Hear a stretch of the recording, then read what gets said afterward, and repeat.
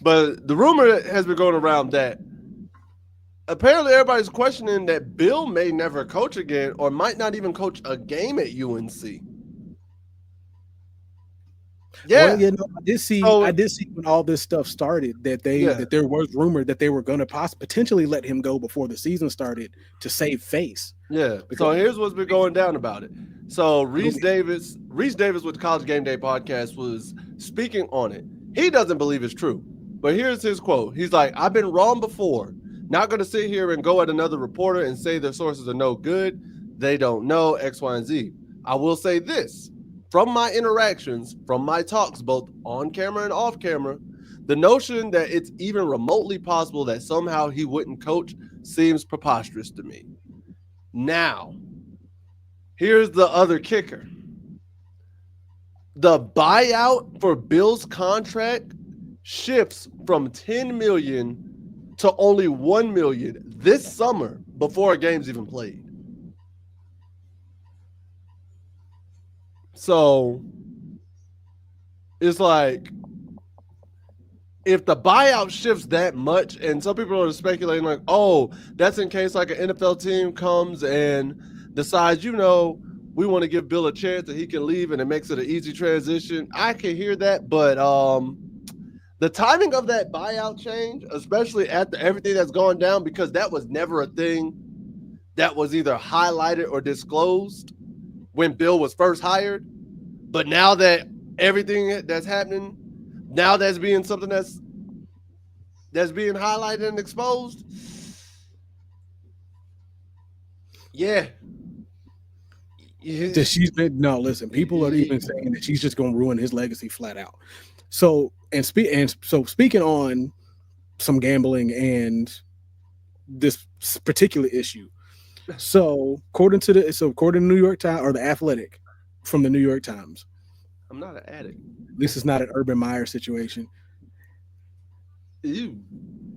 True. So basically, because all the news around Bill has been not about football, but more about him and his girlfriend's life. So, as it says, and if there's one thing, and basically talking about bettors at BetMGM, right? Mm-hmm. They're actually starting to lock in more on the offseason stuff than they are the actual win-loss record at UNC. They said bettors are locked into the UNC offseason drama. Before recent interviews and news, BetMGM was taking a majority of bets on UNC's win total over, but has seen a sharp decline since then, with almost every ticket on the under now. Woo! So Belichick's relationship with Hudson started gaining national attention around April 15th. And so talking about Hudson's role with North Carolina on the day. BetMGM told The Athletic that among all bets on North Carolina's 7.5 win total before April 15th, 79% of bets were on the over since April 15th. However, a whopping 89% of bets on the 7.5 win total has come in on the under. So now everybody thinks, because of all of this distraction, in all of this nonsense that's been going on. You affecting parlays, Jordan. You are affecting parlays. Do you understand how crazy that is? You are messing with. I'd probably put a bet in on the over, though, just because. Yeah, we're letting the top of college football programs now. Oh. Yeah. We ain't letting nothing happen. Bill letting it happen. Like, what you mean? But affecting parlays is wild. Like, even affecting parlays is wild. Here's the bad part. Here's what makes this honestly even worse. This technically isn't a scandal. Urban Meyer, scandal. What you call it? Pete Carroll, scandal. Jim Harbaugh. Yeah, Jim Harbaugh, scandal. Jerry Sandusky and all of them, scandal. Chip Kelly, scandal. Chip Kelly, scandal. Right. Like, he's having up. Like, I'm saying, bro, every single one of those coaches, at least when stuff was going down, it was legit a scandal. It was like they're cheating the game in some form or fashion, which is why parlays started getting affected. This is, at the end of it, at the core, even though it is weird, even though it is very weird, we can both agree on that. It is a consensual relationship. And the fact that it is a consensual relationship that is affecting parlays for the football team that the man coaches. Check this out. Somebody else said, even with one of the best coaches of all time, there hasn't been much action on UNC until Belichick's CBS interview clip went viral. Since then, we've had a flurry of activity on their season-long win total, but with a pessimistic view, 75% of wagers have been on the under.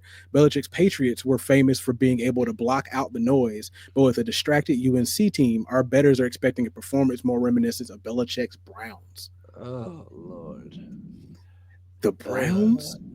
his Brown stint was so So even bad. with the early action on the over, recent surge on the under, North Carolina does not rank in the top three for most bet win totals overall. Ohio State currently leads the way, followed by Michigan and Colorado.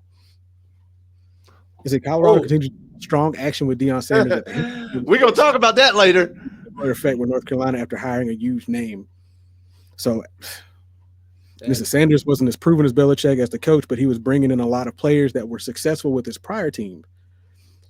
So and Johnny Bosa race with Colorado bettors would bet every game they played. We'd go in with a ton of money on them on the money line, especially when they were a dog.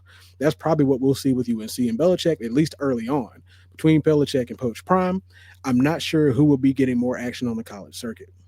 Man, It's I didn't expect that. I didn't expect to see that today.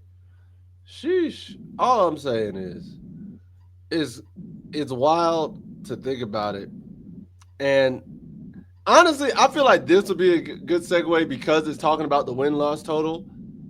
Here's the thing, and I know you're gonna see in a moment, but and it's gonna seem like we jumping around because I know we have the docket up, but this is it. Really push it, Pete. He really is.